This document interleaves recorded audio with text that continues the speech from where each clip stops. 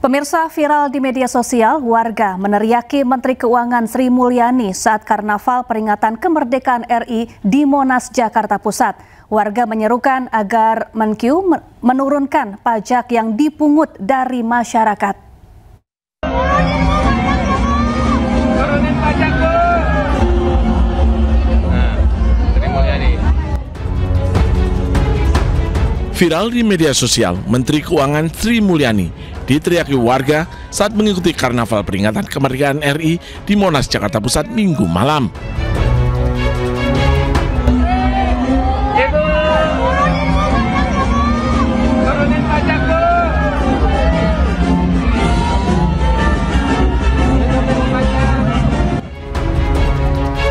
Warga meminta Sri Mulyani menurunkan nilai pajak.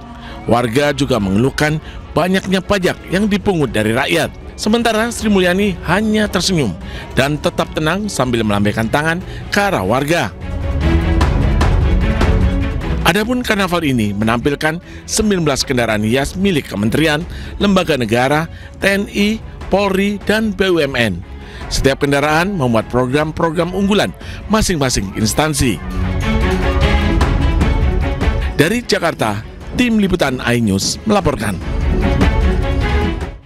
Sementara itu, pemirsa, target penerimaan pajak pada RAPBN 2026 naik 13,5% hingga hampir 2.400 triliun rupiah. Namun Menteri Keuangan Sri Mulyani menegaskan tidak akan memungut pajak dari masyarakat miskin. RAPBN 2026 seperti disampaikan Bapak Presiden tadi dan Pak Menko, kalau kita lihat posturnya, pendapatan negara secara headline tumbuhnya 9,8%, mencapai 3.147,7 triliun rupiah.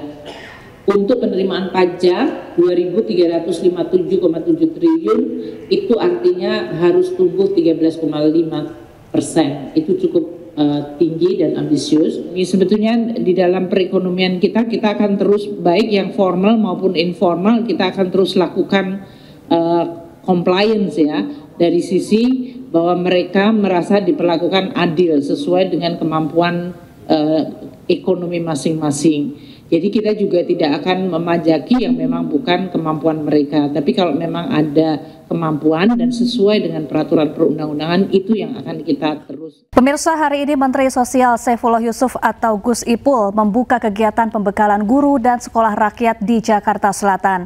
Berjanji akan berikan fasilitas laptop. Ucapan Mensos disambut riuh para guru dan kepala sekolah.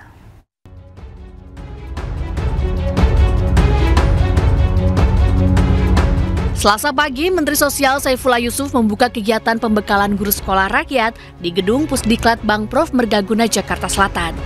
Dengan mengenakan seragam bernuansa merah alma mater sekolah rakyat, Mensos Gus Ipul secara resmi membuka acara. Mensos hadir dengan Wamensos Agus Jabo Priyono. 55 kepala sekolah hadir secara langsung di lokasi, sementara lebih dari 800 guru mengikuti pembekalan secara daring. Acara pembekalan dimulai dengan upacara singkat disusul tampilan paparan pidato Presiden Prabowo Subianto soal sekolah rakyat.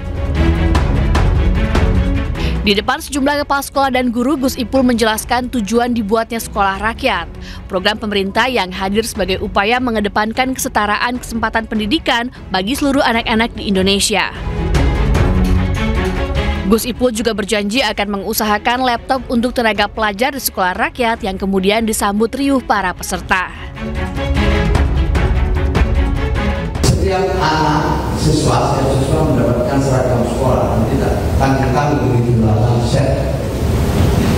Jadi ada seragam alma mater, ada seragam sekolah, ada batik, ada pramuka, ada piyama, dan lain sebagainya. Maka itu sekarang kita sedang berpikir bagaimana dengan gurunya. Ini sedang kita pikirkan, kita sedang rencanakan anggarannya. Kami harapkan nanti guru juga bisa mendapatkan seragam.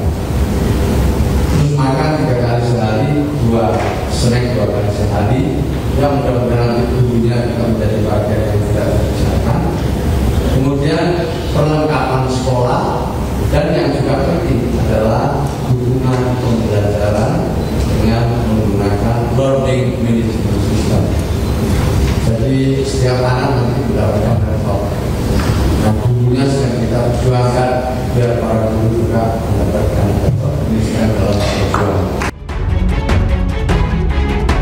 Sekolah Rakyat resmi dibuka pada 14 Juli 2025.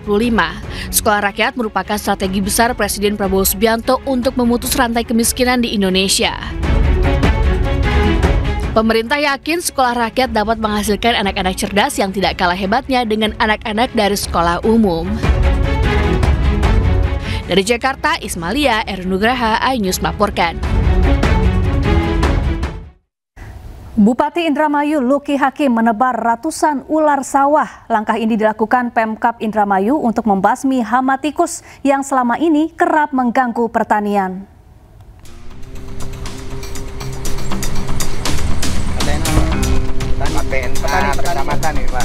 Usai melaksanakan upacara peringatan HUT RI ke-80, Bupati Indramayu Luki Hakim mendatangi area persawahan di Kabupaten Indramayu, Jawa Barat.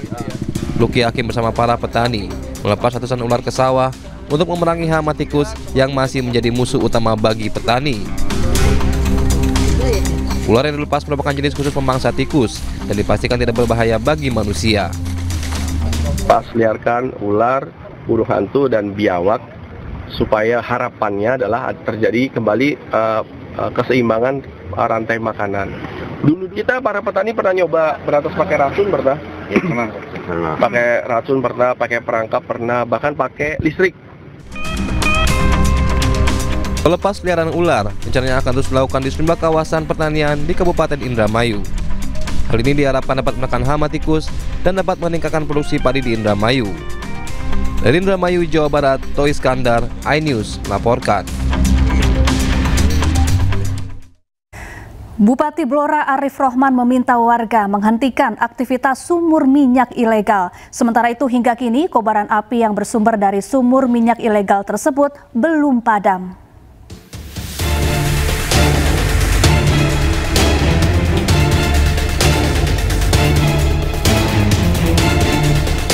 Bupati Blora Arif Rohman dan petugas TNI Polri meninjau lokasi terbakarnya sumur minyak ilegal di Desa Gandu, Kecamatan Bogorejo, Blora, Jawa Tengah. Bupati menyebut proses evakuasi dan pengobatan korban luka terus dilakukan secara intensif. Bupati juga meminta warga menghentikan aktivitas sumur minyak ilegal agar tak lagi membahayakan. Jadi kita juga sudah berkoordinasi dengan Kementerian dan SKK.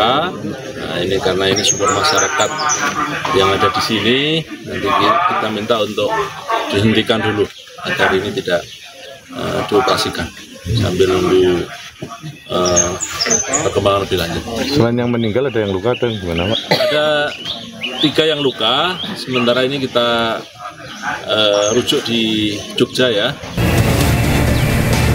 Hingga hari ketiga kebakaran di sumur ilegal ini masih belum padam. Sejumlah upaya dilakukan petugas termasuk pengerahan 4 alat berat. Sementara itu proses penyelidikan terus dilakukan pihak kepolisian. Sebelumnya sumur minyak rakyat di Desa Gandu, Kabupaten Blora meledak pada Senin siang. Akibatnya 3 orang tewas sementara 55 kepala keluarga mengungsi. Tim Liputan iNews melaporkan. Pemirsa, pameran lowongan pekerjaan atau job fair kembali digelar oleh Pemprov Jakarta di Jakarta Timur. Gubernur Jakarta Pramono Anung membuka langsung acara tersebut. Pemerintah Provinsi Jakarta kembali membuka lowongan kerja atau job fair gelombang ketiga di Jakarta Timur, tepatnya di Jakarta International Velodrome, Rawamangun, Pulau Gadung. Job fair gelombang ketiga ini dibuka langsung oleh Gubernur Jakarta Pramono Anung. Sedikitnya ada 37 perusahaan yang membuka 2037 lowongan pekerjaan dan berlangsung mulai Selasa ini hingga Rabu esok. Job fair ini digelar untuk kembali menciptakan lapangan pekerjaan serta menekan angka pengangguran khususnya di wilayah Jakarta. Pencari kerja mendapatkan pekerjaan lebih mudah, lebih gampang tanpa harus effort yang berlebihan, berdesak-desakan dan sebagainya. Acara Job Fest ini di Jakarta Timur sudah ketiga kali dan setiap kota nanti 3 kali, sehingga jumlahnya ada 21 kali di seluruh Jakarta.